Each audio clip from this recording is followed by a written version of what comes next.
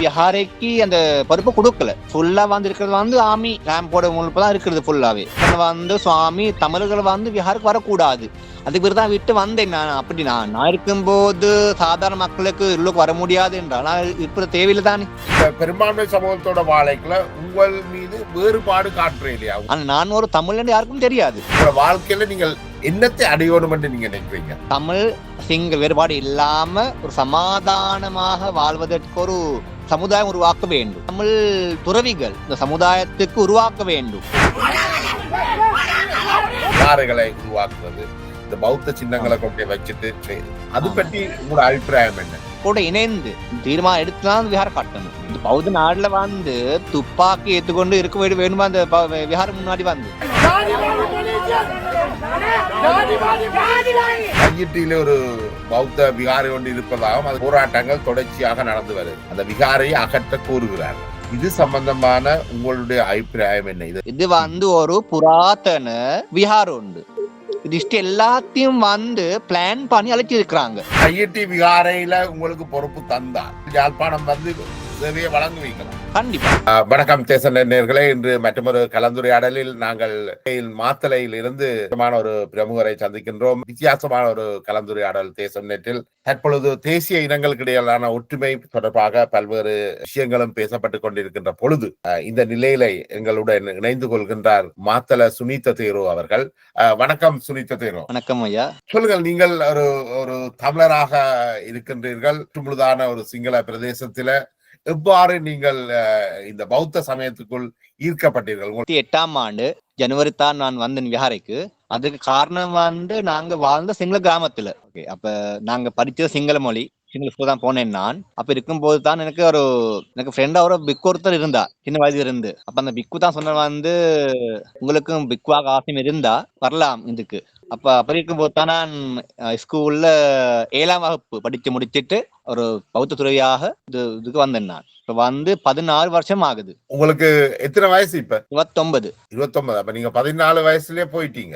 12 போல 12. சிறுவனாக ஒரு டீனேஜ் பையனாக பெண்களுக்கு ரீல் விட்டு கொண்டு திரிகிற ஒரு வயசுல நீங்கள் எப்படி இதுக்குள்ள ஈர்க்கப்பட்டீங்க? சின்ன வயதுல ஒன்றும் தெரியாத வந்தேன் நான். ஆனாலும் இப்ப வந்து எனக்கு ஒரு எக்ஸ்பீரியன்ஸ் இருக்கு. இந்த வாழ்க்கையில வந்து இப்ப பெரிய அனுபவம் வந்திருக்கு எனக்கு. நல்லா படிச்சேன் நான். இது விட்டு போலாம், ஆனா எனக்கு போறது ஆசை இல்லை. ஏன்னா வந்து இந்த மாதிரி இருந்து இந்த சமுதாயத்துக்கு வேலை செய்யணும். மற்றது வந்து இந்த தமிழ் சமுதாயத்துக்கு வந்து வேலை செய்யறதுக்கு இந்த மாதிரி பிக்குகள் குறைவு. மற்றது வந்து இலங்கையில் உள்ள எல்லா பிக்குகள் வந்து இந்த ஆங்கில மொழி படிச்சுட்டு யூரோப் கண்ட்ரி எல்லாம் போறாங்க. ஆனா இந்த மாதிரி தமிழ் மொழி படிச்சுட்டு தமிழ் மக்கள் சேவை செய்ய இது வரைக்கும் யாரும் வரல. என்னுடைய நோக்கம், என்னுடைய அபிப்பிராயம் வந்து இலங்கையும் மற்ற நாடுகள உள்ள தமிழ் பௌத்த நிறைய பேர் இருக்கிறாங்க. எனக்கு இப்ப வந்து இந்த ஆஸ்திரேலியால, அமெரிக்கால, இந்தோனேசியால சும்மா நிறைய பேர் இருக்காங்க தமிழ் பௌத்தர்கள். அந்த மாதிரி எல்லாம் இணைந்து இந்த பௌத்த மதத்தை கொண்டு போறது என்னோட நோக்கம். இப்ப நீங்கள் இந்த பௌத்த மதத்துக்கு வர்ற அதுக்குள்ள முதல் உங்களோட இளம் பிராயத்தை சொல்லுங்கள். நீங்கள் மலைய தமிழராக இருந்திருக்கிறீர்கள் நினைக்கிறேன். வந்து ஒரு சிங்கள கிராமத்துல அப்பாட நிறைய பேர் தான் தமிழக மலைய தமிழ் வாழ்றாங்க அந்த ஏரியால போயிட்டு. ஆனா அப்பா வந்து அதெல்லாம் விட்டு சிங்கள கிராமத்தை வந்து அவர் செட்டில் ஆகி இருக்கிறார். மாதிரி பண்ணி தான் நாங்க அந்த கிராமத்துல வாழ்ந்தோம். நாங்க மலைய தமிழ்னு சொல்ல முடியாது. அப்ப உங்களுக்கு சகோதரங்கள் இருக்கிறமா? ஒரு அண்ணா ஒரு தங்கச்சி இருக்கிறார். அவங்க திருமணமாகி வந்து சிங்கள லேடி ஒருத்தர் மாதிரி பண்ணிருக்கிறார். அவருக்கு 3 பசங்க இருக்கிறாங்க. தங்கச்சி வந்து பயோசயின்ஸ் படிக்கிறார், சிங்கள மீடியம். இப்ப அவங்க எல்லாரும் சிங்கள. இப்ப கிட்டத்தட்ட இந்த ஒரு பிரிவு வந்து அப்படியே பெரும்பான்மை சமூகத்தோட தங்களை ஒன்றரை கலந்துட்டீங்க அப்படின்னு. நான் உங்களுடைய சின்னம்மா ஆக்களை அன்றைக்கு சந்திச்சிருந்தேன். விகாரைக்கு வந்திருந்த பொழுது சின்னம்மா உங்களோட தங்கச்சி மேலையும் சந்திச்சிருந்தேன். உங்களுக்கு பெரியப்பா முறையான உறவு ஒருவர் யாழ்ப்பாணத்தில் இருக்கிறார் நினைக்கிறேன். அவர் வந்து இப்ப 40 வருஷம் மேல யாழ்ப்பாணத்தில் இருக்கிறார். அவர் சிறு வயதுல யாழ்ப்பாணம் போயிட்டு இருக்கிறார். அங்க போயிட்டு ஆகி அங்கே இருக்கிறார், மாதிரி பண்ணி அங்க இருக்கிறார் பெரியப்பா. அப்ப இப்ப அண்மையில நீங்கள் கிளிநொச்சிக்கு வந்திருந்த பொழுது யாழ்ப்பாணமும் சென்றிருந்தீர்கள். அந்த உறவு போன வாரம் போயிட்டு வந்தேன் நான். ஏன்னா அப்பாவுக்கும் சம்பந்தம் இல்ல, அப்பாவுக்கும் தெரியாது இந்த மாதிரி ஒருத்தர் இருக்கான்னு சொன்னார். ஆனா அவருக்கு சம்பந்தம் ஒண்ணும் இல்ல, கண்டாக்ட் ஒண்ணும் இருந்துச்சு. அப்ப நான் தான் போயிட்டு தேடி நான் தான் எல்லாம் அந்த உறவு திருப்பி இதை உருவாக்குனது போயிட்டு. அது அந்த அனுபவம் எப்படி இருந்தது உங்களுக்கு? இப்ப நீங்கள் ஒரு ஒரு பிரிவினர், நீங்கள் அப்படியே பெரும்பான்மை சமூகம் சிங்கள சமூகத்தோட சேர்ந்துட்டீங்க. அங்கால ஒரு ஆமா. பிரிவினர் தமிழ் மக்களுக்குள்ள வாழ்கிறார்கள். எப்படி அந்த நீங்கள் சந்திக்கின்ற பொழுது அந்த உறவுகள் எப்படி இருக்குது? உறவு வந்து இப்ப நான் இந்த ஊருக்கு போனாலும் அவங்க எனக்கு வந்து சிங்கள பிக்கு மாதிரி ஒருத்தர் இருக்கிறாங்க. தமிழ் சமுதாயத்தை அவங்க வந்து எங்கட உறவு வந்து அவங்க இருக்கிறாங்க. ஆ, அந்த ஆ. 2 பக்கமே ஒரே மாதிரி தான் இருக்கு இப்ப. ஏற்றுக்கொள்றாங்க வித்தியாசம் எல்லாரையும். ஆமா. எல்லாரையும் எல்லாருக்கும் எல்லாரும் சந்தோஷம். யாழ்ப்பாணம் போன பிறகு வந்து எங்கட அண்ணா வந்து எங்களுக்கு இந்த மாதிரி ஒருத்தர் இருக்கிறான்னு அவர் மிகவும் சந்தோஷம் பண்றாரு. அங்க இருந்து யாழ்ப்பாணம் இருந்து எங்களுக்கு ஒரு இந்த ஆஹா. மாதிரி பௌத்தர் இருக்காரே என்று மிகவும் சந்தோஷம் பண்றவர். இலங்கையில பௌத்தத்தை கொண்டு வந்தது தமிழர்கள் என்ற ஒரு பெரிய வரலாறு ஒன்று இருக்குது. வருஷமாக நாட்டில் நடந்த பல்வேறு பிரச்சனைகளாலையும் பௌத்தத்தை வந்து எதிர்நிலையில பாக்குற ஒரு ஒரு தன்மை ஒன்று இருக்குது. இது எப்படி உங்களால எதிர்கொண்டீங்க? நீங்கள் யாழ்ப்பாணத்துல பணியாற்றி இருக்கிறீங்களா? 2018ஆம் ஆண்டு காங்கிரஸ் துறைக்கு நான் போயிட்டு அங்க 2 வருஷம் இருந்தேன். நான் அங்க இருக்கும்போது நிறைய தமிழர்கள் வந்தாங்க விஹாரைக்கு என்னோட சேர்ந்து வேலை செஞ்சாங்க. அவங்க சொன்ன வந்து சுவாமி நாங்க சின்ன வயது இருக்கும்போது எங்கட பெரிய சுவாமி இருந்தார் விஹாரையில. அவர் எங்களுக்கு நிறைய உதவி செஞ்சார். நாங்க அடிக்கடி விஹாருக்கு வந்தோம். நாங்க ஒரு ஃப்ரெண்ட்ஸ் மாதிரி இருந்தோம். நாங்க பெரிய பந்தியோடு. ஆனா இது இப்ப 1945ஆம் ஆண்டு தான் அந்த விஹாரை க்ளோஸ் பண்ணிருக்காங்க. அதுக்கு பிறகு இது வரைக்கும் அந்த சம்பந்தம் ஒண்ணும் இல்லாம இருந்துச்சு. திருப்பி நீங்களும் எங்க விஹாருக்கு வந்திருக்கிறீங்க, நாங்க ஒற்றுமை இருப்போம்னு அவர் நிறைய பேர் சொன்னாங்க. அந்த கேகேஸ் ஏரியால நிறைய பேர் தமிழர்கள் வந்து அப்படியே போது தான் ஒரு அது இது வரைக்கும் அது வந்து அந்த பௌத்த விஹாரைக்கு அந்த பொறுப்பு கொடுக்கல. ஃபுல்லா வந்து இருக்கிறது வந்து ஆர்மி கேம்போட முழுப்பு தான் இருக்கிறது ஃபுல்லாவே பொறுப்பு அந்த லேண்ட். அப்படி இருக்கும்போது அவங்க சொன்ன வந்து சுவாமி தமிழர்கள் வந்து விஹாருக்கு வரக்கூடாது, ஏன்னா இது வந்து இன்னும் உங்களுக்கு கொடுக்கல, இது வந்து எங்கட பொறுப்பு இருக்கிறது. அதனால இது யாரும் சிவில்னா எங்க தமிழ் எல்லோரும் தான் பொதுவாக சொல்றது வந்து யாரும் உள்ள வரக்கூடாது சொன்னார். பெரும்பாலும் தமிழருக்கு வரக்கூடாது சொன்னார். அவர் வந்து அதை கொஞ்சம் அந்த பிரச்சனை முடிஞ்ச காலம் தானே அது, அதனால கொஞ்சம் வரக்கூடாதுன்னு சொன்னாங்க. அவர்களுக்கு பாதுகாப்பு பிரச்சனை இருக்கும் என்று நினைத்திருப்பார்கள் நினைக்கிறேன். கண்டிப்பா அப்படிதான் இருக்கான். அதுக்கு பிறகுதான் விட்டு வந்தேன். நான் அப்படி நான் இருக்கும்போது சாதாரண மக்களுக்கு உள்ளுக்கு வர முடியாது என்றால் நான் இப்ப தேவையில்லை தானே, அதான் விட்டு வந்தேன். இப்ப நீங்கள் ஒரு தமிழராக பௌத்த துறவியாக இருக்கின்ற பொழுது பெரும்பான்மை மக்கள் மத்தியில அதை எப்படி பாக்கினோம்? மற்றது நீங்கள் நாமினி ஓயா மகாவித்யாலயத்திலும் ஆசிரியராக கல்வி பயிற்றுவிக்கிறீர்கள். அங்க உங்களுக்குரிய மரியாதையை நான் பார்த்த பொழுது அதிபர்ல இருந்து மாணவர்கள் வரை அனைவரும் உங்களுக்கு உங்கள் மீது மிகுந்த மரியாதையை வைத்திருக்கிறத நான் பார்த்திருக்கிறேன். குறிப்பாக அதிபர் வந்து உங்களை மிகப்பெரிய மரியாதையை வைத்திருக்கிறார். அவர்கள் உங்களை வேறுபாடு காட்டுறது இல்லையா? நீங்கள் இன்னொரு தமிழராக இருக்கிறீர்கள் என்று. நீங்கள் தமிழ் ஆசிரியரா தமிழ் படிப்பிக்கின்றீர்கள் நினைக்கிறேன் நாமினியோயா மகாவித்யாலயத்தில். நான் வந்து 10 வருஷம் இப்ப தமிழ் ஆசிரியர் வேலை செய்யறேன். நான் முந்தி வந்து அரசு ஊர்களுக்கு இந்த உசாவி வேலை செய்ய ஆட்களுக்கு, நீதிமன்றத்துல அவங்களுக்கு, போலீஸ் டிபார்ட்மெண்ட்ல அந்த அதிகாரிகளுக்கு, லோயர்ஸ்களுக்கு, டீச்சர்மார்களுக்கு நான் சொல்லிக் கொடுத்தேன் தமிழ் மொழி முன்னாடியே. அதுக்கு பிறகு தான் நான் வந்து இப்ப 2 வருஷம் ஆகுது. ஒரு 6 மந்த் ட்ரைனிங் தான் வந்தேன் ஸ்கூலுக்கு. நான் ட்ரைனிங் காலத்துல தான் வந்தேன். நான் அந்த ட்ரைனிங் முடிச்சது இப்ப வந்து ஒரு 2 வருஷம் ஆகுது இப்ப. ஆனா இது வரைக்கும் எனக்கு அங்க அந்த வந்து நீங்க போகாதீங்க, ஸ்கூலுக்கு நீங்க கட்டாயம் தேவைங்க, தமிழ் ஆசிரியர் ஒருத்தங்க தேவைங்களுக்கு அவங்க இப்ப இன்னும் வச்சிருக்காங்க ஸ்கூல்ல. சம்பளம் ஒன்றும் கொடுக்க மாட்டாங்க, சம்பளம் ஒன்றும் எனக்கு இல்ல, நான் ஃப்ரீயா தான் அவங்களுக்கு சொல்லிக் கொடுக்குறாங்க இது வரைக்கும் தமிழ் மொழினா. இல்ல உங்களுக்கு ஆசிரியருக்கான சம்பளம் கிடைக்கவே இல்லை. இப்ப நான் ட்ரைனிங் எடுக்கிறது தான் ஸ்கூலுக்கு போனேன். நான் 6 மாசத்துக்கு அந்த ட்ரைனிங் காலத்துல நல்லா சொல்லிக்கிறதுனால அவங்க வந்து என்ன வச்சிருக்காங்க அப்படியே ஸ்கூல்ல.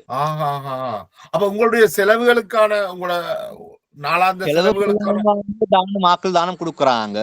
அது தானத்தின் மூலம் தான் நாங்க எல்லாம் செலவு பண்றேன். நான் எனக்கு கவர்மெண்ட் சம்பளம் ஒன்றும் இல்ல. இப்ப நீங்கள் இந்த பெரும்பான்மை சமூகத்தோட வாழைக்குள்ள உங்கள் மீது வேறுபாடு காட்டுறே இல்லையா? உங்களோட பௌத்த துறவிகள் மத்தியில உங்களுக்கு வேறுபாடு ஒன்றும் காட்டப்படுறே இல்லையா? அல்ல அப்படியான அனுபவங்கள் ஏதாவது இருக்கா உங்களுக்கு? 6 வருஷத்துக்கு முன்னாடி யாழ்ப்பாணம் இருக்கும்போது அப்படி இருந்துச்சு. கொஞ்சம் எனக்கு இருக்கும்போது தமிழ் ஒருத்தருக்கு அங்க கொடுக்க கூடாது என்று நிலைமையில இருந்துச்சு. சிங்கள பிக்குகள் வந்து ஒரு தமிழ் ஒருத்தர் அங்க கொடுக்க கூடாது என்று அவங்க நினைத்து சில வேலை செஞ்சாங்க. மற்றது வந்து போன வருஷம் 7ஆம் மாசம் பௌர்ணமி, அசல பௌர்ணமிக்கு நான் போனேன். கேகேஸ் போனேன். நான் சுவிட்சர்லாந்து இருந்து எனக்கு அழைப்பு செஞ்சாங்க, பந்தி நீங்க கேகேஸ் வேருக்கு போங்க, நாங்க உங்களுக்கு ஃபுல் பொறுப்பு நாங்க கொடுக்குறோம், தானம் தான் கொடுக்குறோம்னு சுவிட்சர்லாந்து நிறைய பேர் சொன்னாங்க பௌத்தர்கள். அது மூலமாக நான் கேகேஸ்க்கு போன விஹாருக்கு. அந்த அங்க உள்ள பெரிய பந்திக்கு அந்த நியூஸ் போயிட்டு அவர் வந்து ஒரு தமிழ் எதிரி பிக்கு ஒருத்தர் தமிழ் எல்டிடி மக்களோட வாராங்க இந்த பௌத்த விஹாரை அப்புறம் வாராங்க இருந்து ஒரு பெரிய கலவரம் செஞ்சிருக்காங்க சிங்கள பிக்கு ஒருத்தர். அதனால அந்த விஹாரை போறதுக்கு தடையை செஞ்சாங்க ஆர்மி கேம்ப் மூலமாக விஷயம் இருக்கு சிங்கள சமுதாயத்திலும். அப்படி அவங்க வந்து எனக்கு அந்த விஹாரை கொடுக்கறதுக்கு விருப்பம் இல்லாம இருக்கிறாங்க. தமிழ் ஏரியா ஒருத்தருக்கு பொறுப்பு கொடுக்க அவங்க விருப்பம் இல்லை அவங்களுக்கு. அப்படி கொடுத்தா கண்டிப்பா நான் எல்லாம் நல்லா செய்வேன். தமிழ் மக்கள் விஹாருக்கு வராங்க என்ன அவங்களுக்கு ஒரு ஏதாவது இருக்கும் தானே.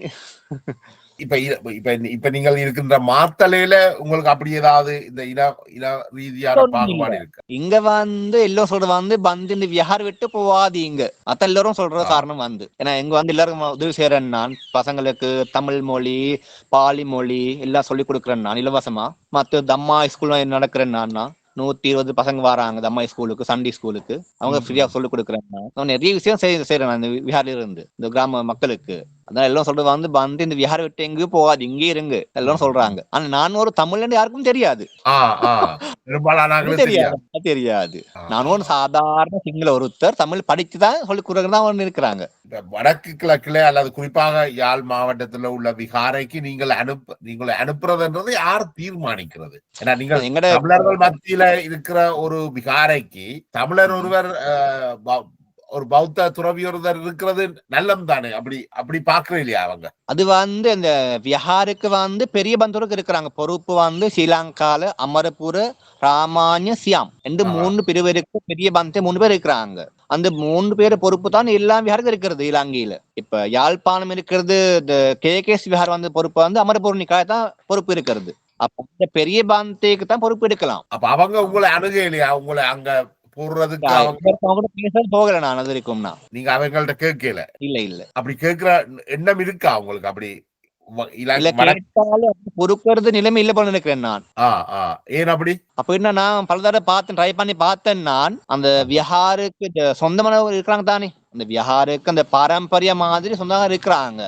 அப்ப அவங்களுக்கும் அனுமதி இருக்கு கண்டிப்பா அவங்களும் இஷ்டம் இருக்கு இந்த மாதிரி கொடுக்கறதுக்கு. அப்ப அவங்களுக்கு வந்து என்ன கொடுக்கறது இஷ்டம் இல்ல போல நினைக்கிறேன் நான். பேச போகல நான். இப்ப உங்களை மாதிரி தமிழர்கள் பௌத்த துறவிகளாக இலங்கையில இருக்கீனமா? எத்தனை பேர் இருப்பினோம்? எனக்கு தெரிந்த பிக்குமார்கள் வந்து 4 பேர் இருக்கிறாங்க. 4 பேர் இருக்கிறாங்க. இப்ப புதுசா இப்படி தெரியாது. தெரிந்த 4 பேர் இருக்காங்க இலங்கையில ஃபுல்லா. மத்த தமிழ்நாட்டிலிருந்து வந்து பிக்குவானவங்க இங்க இருக்கிறாங்க. சென்னை இருந்து வந்து தமிழ்நாட்டிலயும் இருந்து பிக்குவலா இலங்கையில வந்து சேவை செய்யறாங்க இருக்கிறாங்க. ஆமா நான் கேள்விப்பட்டது. நீங்களும் தமிழ்நாட்டோடய உங்களுக்கு நல்ல உறவு இருக்குன்னு நினைக்கிறேன். நீங்கள் அங்க பௌத்த விஷயங்களுக்காக போயிருக்கிறீங்க. அது காரணம் வந்து எங்களுடைய அம்மாட நிறைய சொந்தக்காரங்க இருக்கிறாங்க தமிழ்நாட்டுல. தேனி மெட்ராஸ் தூத்து நிறைய பேர் இருக்கிறாங்க. அங்கேயும் நான் உறவு தேடி அங்க போனேன் நான். அங்க போயிட்டு அம்மாவோட சொந்தக்கார நிறைய வேலை கண்டாக்ட் பண்ணி பார்த்து வந்தேன் நான். அங்கேயும் வந்து நிறைய பௌத்தர்கள் இருக்கிறாங்க தமிழ்நாட்டுல வந்து. அங்குள்ள கண்டாக்ட் பண்ணி நிறைய தடவை போயிட்டு இருக்கேன் நான் தமிழ்நாட்டு 4-5 தடவை போயிட்டு இருக்கேன் நான். அங்க போயிட்டு பௌத்த பணிகளை செஞ்சு வந்திருக்கிறேன். இந்த மாசம் கடைசியில போக இருக்கிறேன் நான் தேனி சைடுக்கு ஒரு ப்ரோக்ராம். ஆமா இப்ப நீங்க சொன்னீங்க பல்வேறு நாடுகள்லயும் பௌத்தர்கள் இலங்கை பௌத்தர்கள் இருக்கிறதாக. அவர்கள் தமிழ் பௌத்தர்களா? தமிழ் பௌத்தர்கள். ஆமா அது எண்ணிக்கையின் அடிப்படையில தெரியுமா? உண்மையிலேயே இது புது விஷயமா இருக்கேன்னால் இலங்கையில முடியாது. எனக்கு தெரிந்த இந்தோனேசியா உதாரணத்தை எடுத்த இந்தோனேசியால வந்து இந்தோனேசியன் தமிழ் புருஷம் இருக்கிறாங்க. சுமாத்ரா தீவுல வந்து 10,000க்கு மேல அந்த தீவுல மட்டும் இந்தோனேசியன் தமிழ் பௌத்தர்கள் இருக்கிறாங்க. அவர்கள் இந்திய தமிழர்களா இலங்கை தமிழர்களா? இந்தோனேசியன் தமிழ் பௌத்தர்கள். இல்ல அவங்கள பூர்வீகம் எங்க? இலங்கையோட பின்னணியா இந்தியாண்ட பின்னணியா? அதுதான் அது பேச சொல்ல தெரியாது. அவங்க மொழி தமிழ் பேசுறாங்க. அவங்க ஒரிஜினல் தமிழ். ஆமா அவங்களுக்கு கல்வி வசதி எல்லாம் தமிழ்ல செய்யறதுக்கு இருக்காங்க. ஆமா இருக்கு நிறைய விஹார் அங்க இருக்கு. அங்கேயும் இப்ப போக வேண்டியிருக்கு. அங்க வர சொல்லி இருக்கிறாங்க அவங்க. மற்ற வேற எங்க இந்த நாடுகள்ல நீங்கள் போயிருக்கிறீங்க பௌத்தம் சம்பந்தமா? இதுவரைக்கும் போறது வந்து தமிழ்நாட்டுக்கு மட்டும் தான். தமிழ்நாடு. இந்தோனேஷியாவுக்கு நீங்க இன்னும் போகல.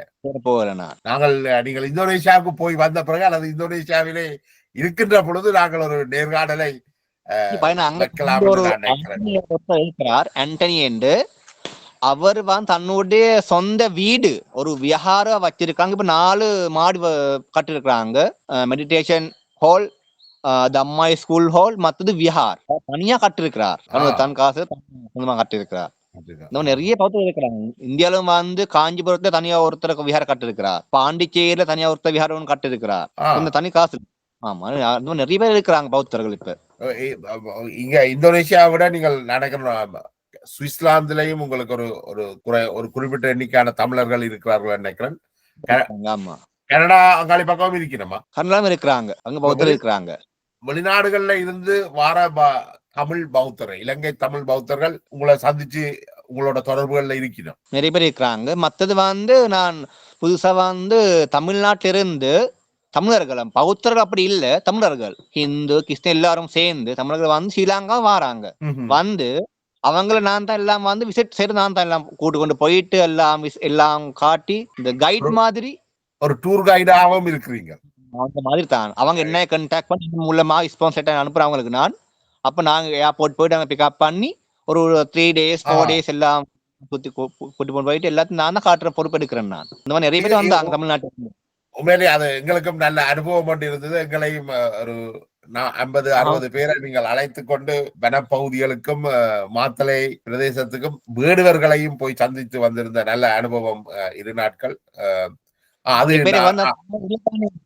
நார்மலா ஆட்கள் வந்து அந்த மாதிரி எங்களை போறவங்க கண்டாக்ட் இல்ல, மத்த அவங்கள அந்த மாதிரி அனுபவம் இல்ல, மத்தது அவங்களுக்கு போற சான்ஸ் கிடைக்காது. நிறைய இடங்கள்ல நான் மக்கள் வந்து நாமினியோயா மாணவர்களுடைய பருப்பு கறியும் பானும் மிக அருமையாக இருந்தது. இப்பொழுதும் வாய் ஊறுகின்றது. அதுக்கு பிறகு நீங்கள் கிளிநொச்சி வந்திருந்தீர்கள். உங்களுக்கு அண்மையில தேசிய நல்லிணக்கத்துக்கான ஒரு பெரிய விருதும் உங்களுக்கு தரப்பட்டது. அது எப்படி அந்த உணர்வு உங்களுக்கு இருந்தது அந்த விருதை எடுக்கின்ற பொழுது? எனக்கு அது வாழ்க்கை புது அனுபவம். அது இது மாதிரி ஒரு விருந்து எனக்கு கிடைக்கல இது வரைக்கும் வாழ்க்கையில. நான் எதிர்பார்க்க இல்லாத ஒரு விஷயம் தான் அது இது வரைக்கும். ரொம்ப சந்தோஷம் அது கிடைக்கிறதுனால. இப்ப அதை பற்றி நீங்கள் உங்களோட பாடசாலையிலையும் கதைச்சிருப்பீர்கள் நினைக்கிறேன் கூட. எல்லாருக்கும் அனுப்பிட்டு காட்டுன்னு நான் எல்லோருக்கும் சந்தோஷமா விஷயமாக நீங்கள் அதுல குறிப்பிட்டிருந்தீர்கள். இப்ப நான் விரும்பினாலும் இந்த துறவரத்தில இருந்து வெளியில போகலாம், ஆனால் நான் அதை விரும்பவில்லை, மக்களுக்கு சேவை செய்யணும் என்று. உங்களுக்கு ஒரு குடும்ப வாழ்க்கையை அமைச்சு வாழணும் என்ற எண்ணம் உங்கள்கிட்ட இல்லையா? சிறுவயதுல இருந்துச்சு. எனக்கு ஒரு 20-21 வயதுல அப்படி வந்துருச்சு. ஏன்னா எனக்கு ஒரு வெளிநாட்டுக்கு போயிட்டு நல்லா சம்பாதித்து அம்மா அப்பா வாழணும் ஒரு ஆசை வந்துருச்சு எனக்கு. ஆனாலும் அம்மா சொல்ல வந்து நீ வந்து இலங்கை ஜனாதிபதி ஆனாலும் எனக்கு சந்தோஷமே இல்லை, இப்படி இருந்தா எனக்கு சந்தோஷம். அதுவும் ஒரு காரணம். அது வார்த்தை சேர்த்துதான் நான் இது வரைக்கும் இருக்கிறேன். மத்த எனக்கும் இப்ப ரொம்ப ரிலாக்ஸா இருக்கு வாழ்க்கையில. மக்களுக்கு வேலை சேவை செஞ்சு இருக்கிறேன். மத்த இது வாழ்க்கையே ரொம்ப சந்தோஷமா இருக்குன்னா போனாலும் மனைவியோட வேலை பொல்லையோட வேலை அந்த மாதிரி நிறைய இந்த டென்ஷன் வருது. அந்த டென்ஷன் இப்ப இல்ல, ரிலாக்ஸா வருது.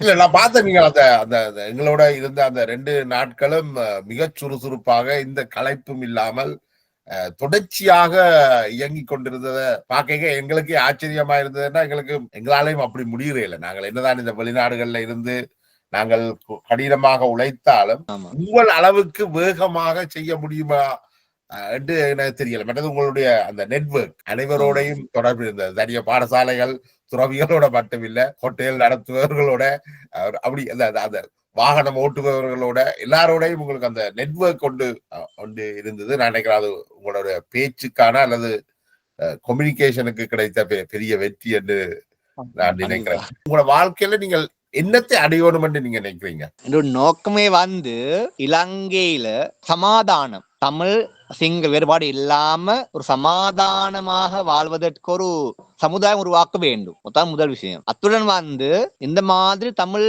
துறவிகள் இந்த சமுதாயத்துக்கு உருவாக்க வேண்டும். அப்படி இருந்தா தான் தமிழ் மக்களுக்கு சேவை செய்யலாம். சிங்கள சமுதாயம் வந்து தமிழ் மக்களுக்கு சேவை செய்யறது குறைவு. அதனால தமிழ் பிக்குகள், தமிழ் துறவிகள் இலங்கையில உருவாக்க வேண்டிய விஷயம் இருக்கு. அதுக்குதான் இப்ப ட்ரை பண்ணி இருக்கிறேன். நான் தமிழ் பிரதேசங்கள்ல ஒரு பிரச்சனை வருது. உண்மையிலே இலங்கை தமிழர்களுக்கும் பௌத்தர்களுக்கும் மிக நெருங்கிய தொடர்பு இருக்குது. இலங்கையில இருக்கிற இந்த பௌத்தத்தின் 2 பெரும் காப்பியங்கள் மணிமேகலை, சீவக சிந்தாமணி, 2ம் தமிழ்ல வந்த காப்பியங்கள். ஆனால் துரதிருஷ்டவசமாக அண்மை காலமாக கடந்த ஒரு 60-70 வருஷமாக இலங்கையில நடந்த இனப்பிரச்சனையால தமிழர்கள் வந்து பௌத்த சமயம் மீது ஒரு எதிர்நிலையை கொண்டவர்களாக இருக்கிறார். அவர்கள் பௌத்தத்தை எதிர்க்கையில அது தங்கள் மீது வலிந்து திணிக்கப்படுவதாக நினைக்கிறார்கள். அது குறிப்பாக இப்ப தையிட்டியில ஆரம்பிக்கப்பட்ட ஒரு விகாரை, தமிழ் மக்களுடைய ஒத்துழைப்பு இல்லாமல் எழுந்தமானமாக விகாரைகளை உருவாக்குறது, இந்த பௌத்த சின்னங்களை கொண்டே வச்சுட்டு இவ்வாறான செயல்கள் வந்து தமிழ் மக்கள்கிட்ட அதிருப்தியை ஏற்படுத்தி இருக்கு. அது பற்றி உங்களோட அபிப்பிராயம் என்ன? கண்டிப்பா வந்து இந்த தமிழ் பிரதேசங்கள் வந்து விஹார கட்டும் போது கண்டிப்பா வந்து அந்த மக்களோட இணைந்து தீர்மானம் எடுத்துதான் அந்த விஹார கட்டணும். ஏன்னா இப்ப ஒவ்வொரு நாளும் வந்து சிங்கள சமுதாயத்தை அங்க போயிட்டு அந்த பாதுகாப்பு கொடுக்க முடியாது. மற்றது வந்து விஹாருக்கு ஃபுல்லா வந்து ஆமிக்காரங்களை காட் கொடுத்து அந்த விஹாரம் நடத்த சரியும் வராது. அது பௌத்தத்துக்கு பொருத்தமில்லாத ஒரு விஷயம். மத்தது வந்து இலங்கையில ஒரு பௌத்த நாடு சொல்லும் போது இலங்கையில மட்டும் பாருங்க, இந்த விஹார முன் கேட்ல வந்து துப்பாக்கி எடுத்துக்கொண்டு இருக்காங்க ஆமிக்காரங்க. அப்படின்னா அந்த பௌத்த நாடா இது? இந்த பௌத்த நாடுல வந்து துப்பாக்கி ஏத்துக்கொண்டு இருக்க வேணுமா அந்த விஹாரம் முன்னாடி வந்து? இல்ல தானே? அப்படி நிலைமை இலங்கையில இருக்கு. முதல்ல அது நாங்க சொல்றது அது இல்லாம செய்யணும். பொதுவாக வந்து மக்களுக்கு விஹாருக்கு போறதுக்கு வரதுக்கு வந்து நாங்க ஓப்பனா இருக்கணும். கண்டிப்பா அது அப்படி இல்லாட்டி தான் பிரச்சனை நிறைய வரும். நான் இருக்கும்போது இது வரைக்கும் இப்படி பிரச்சனை வரதானே. நான் வந்து இப்ப 2 வருஷத்துனாலதான் இந்த எல்லாத்தையும் பிரச்சனை வந்துருக்கு. போராட்டம் செய்யறாங்க இல்லாம காரணமா வந்து அந்த மக்களோட கண்டாக்ட் இல்ல. மற்றது பேசுறது எதுவும் இருந்தாலும் பேசி ஏதாவது தீர்மானம் எடுக்கலாம் தானே. வாய்ப்பாக எடுக்க மாட்டாங்க. நீங்கள் குறிப்பிட்டது வந்து மிக முக்கிய புள்ளி. இலங்கை ஒரு பௌத்த நாடாக இருக்கின்ற பொழுது பௌத்தம் வந்து அன்பையும் இயற்கையையும் போதிக்கிற ஒரு மதம். அப்ப நாங்கள் துப்பாக்கிகளை வச்சுக்கொண்டு பௌத்த விகாரைகளை பாதுகாக்கிறது வந்து மிகப்பெரிய அவமானம் தான். அது அந்த நிலையே அதை ஏற்படுத்தக்கூடாது. வந்து எங்க அப்படி இல்லதானே, உலகத்துல எங்க பார்த்தா அப்படி இது வரைக்கும் அப்படி நிலைமை இல்ல. இலங்கையில மட்டும்தான் அப்படி இருக்கிறது. ஆனா பேருக்கு ஒரு பௌத்த நாடு.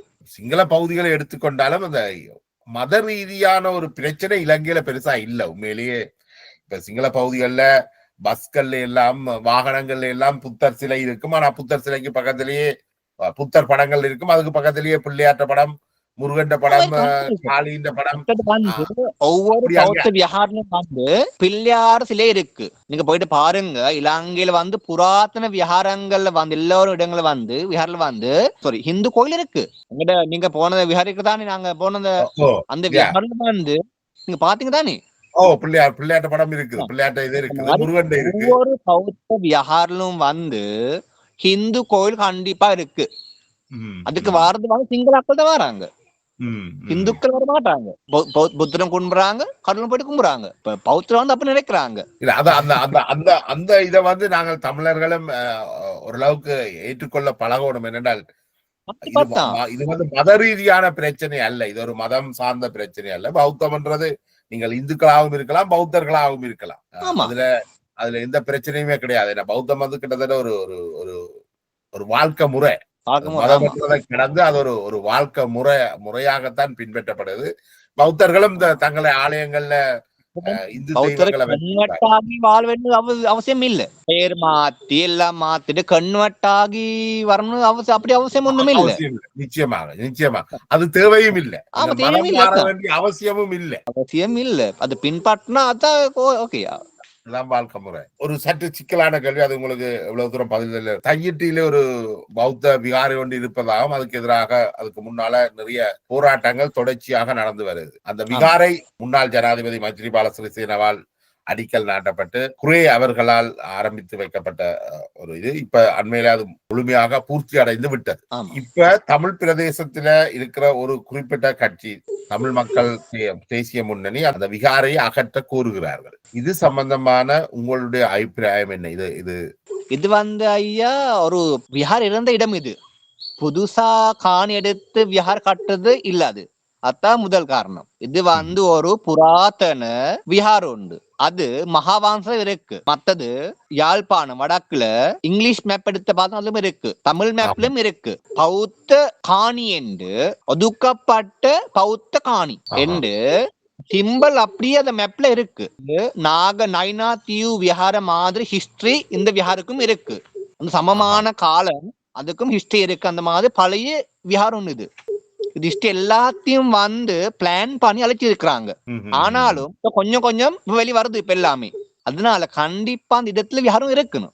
ஏன்னா அது வந்து பௌத்த மக்களோட சிங்கள இல்ல பௌத்தரோட அது பொறுப்பு, அது பாதுகாக்கிறது. அது விஹார 1945 ஆண்டு அந்த மோடி அந்த விட்டு விஹாரம் வந்திருக்கிறாங்க பெரிய பாந்தி. அதுக்கு பிறகுதான் அந்த போயிட்டு எல்லாம் அழிச்சிட்டு 2018 ஆண்டு வரைக்கும் இப்ப எவ்வளவு காலம் பாருங்க, 45 இருந்து 2018 ஆண்டு வரைக்கும் எவ்வளவு காலம். அந்த காலத்துல தான் வந்து தமிழர்கள் போயிட்டு அந்த இடம் வந்து இந்த தன்னுடைய பொறுப்பெடுத்து வாழ்ந்துருந்தாங்க விஹார காணியில. அப்படி வந்து ஒரு 10-15 பேர் இருக்கிறாங்க. ஆனா அந்த விஹாரம் இருக்கிறது எல்லாம் டாக்குமெண்ட்ஸ் எல்லாம் இருக்கு. அது வந்து எழுந்தமானமாக அமைக்கப்படையில அந்த விகாரை. இந்த வரலாற்று பூர்வமான இந்த இடங்களை தோண்டி எடுக்கின்ற பொழுது இலங்கையின் பல்வேறு பகுதிகள்ல, குறிப்பாக வடக்கு கிழக்குல நிறைய இடங்கள்ல பௌத்தத்துக்கான சாசனங்கள் நிச்சயமாக இருக்கும். ஏனென்றால் இலங்கையில பௌத்தம் முதல் வந்தது வடக்குக்கு தான் வந்தது.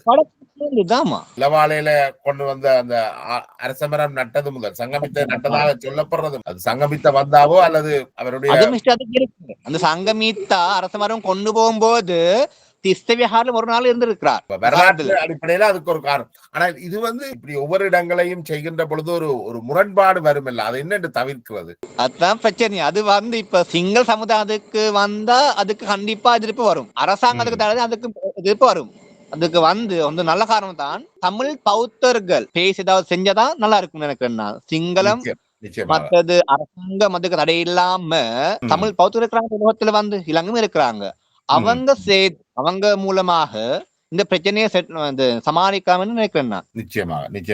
இப்ப இந்த குறிப்பாக இந்த ஒரு குறிப்பிட்ட ஒரு தமிழ் தேசிய மக்கள் முன்னணி என்ற கட்சி, கஜேந்திரகுமார் தலைமையிலான தமிழ் தேசிய மக்கள் முன்னணி வந்து இந்த பௌத்த எதிர்கொண்ட வைக்கிறார்கள், குறிப்பாக இந்த தையிட்டி விகாரை தொடர்பாக. அவர்களுக்கு நீங்கள் என்ன சொல்ல விரும்புறீங்க? அவங்க வந்து அவங்க தான் இது எல்லாத்தையும் என்ன சொல்றது, அந்த உருவாக்குறது, என்ன ஜாதி பிரச்சனை எல்லாம் அவங்க தான் உருவாக்குறது மக்களிடையில. இப்ப நான் போன மாசம் அந்த விஹாருக்கு போற இல்லாம அவர் தான் இவர் தான் பிளான் பண்ணி எல்லாத்தையும் க்ளோஸ் ஆனா போக விடாம. ஏன்னா அங்க அந்த விஹாருக்கு அந்த நாள்ல போனா தமிழ் பௌத்தர்கள் வந்து தமிழ் ஏரியால ஒரு தமிழ் பிக்கு ஒருத்தருக்கு வஸ் ஆராதனா அழைப்பு செய்ய வந்து இருக்கிறாங்க. அதுதான் விஷயம். அது அப்ப உலகத்துல வந்து ஃபர்ஸ்ட் டைம் நடக்கிறது ஒரு நல்ல காரணம். அது வடக்கு சைடுல தமிழ் பிக்கு ஒருத்தருக்கு தமிழ் பௌத்தர் வந்து வஸ் 3 காலம் இருக்கு என்று அழைப்பு செய்யறாங்க. அது செய்யாம தடைக்கிறது தான் அவங்க பிளான் பண்ணி எல்லாம் க்ளோஸ் பண்ணாங்க அவங்க. அப்ப நான் வந்தா தான் அது நடக்கும் அங்க ஏரியால, அந்த விஹார்ல. இப்ப நீங்கள் அந்த தையிட்டி விகாரையில உங்களுக்கு பொறுப்பு தந்தால் அந்த பொறுப்பு எடுத்து நீங்கள் யாழ்ப்பாணம் வந்து சேவையை வழங்குவீங்களா? கண்டிப்பா பொறுப்பு செய்யணும். கண்டிப்பா வந்து மக்களோட இணைந்து தமிழ் மக்கள் அங்க இருந்து வந்து தமிழ் மக்கள் இருக்கிறாங்க, சிங்கள யாரும் இல்ல தானே.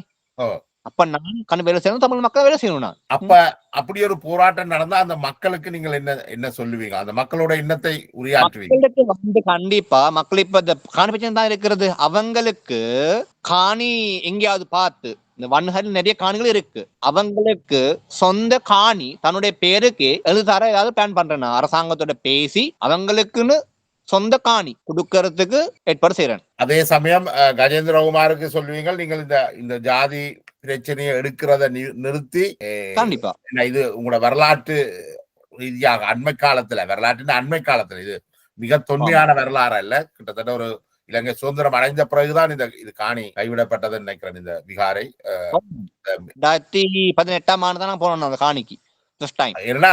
அந்த விகாரையை மீளமைப்பு செய்யறதுல தமிழ் தேசிய கட்சிகளுக்கு அழைப்பு விடுக்கப்பட்டது. அந்த அந்த அங்குரார்ப்பண நிகழ்வுல கலந்து கொள்ள சொல்லியும் அழைப்பு விடப்பட்டது. நான் நினைக்கிறேன் இந்த புள்ளியோட நாங்கள் இந்த நேர்காணலை நிறைவுக்கு கொண்டு வரலாம் என்று.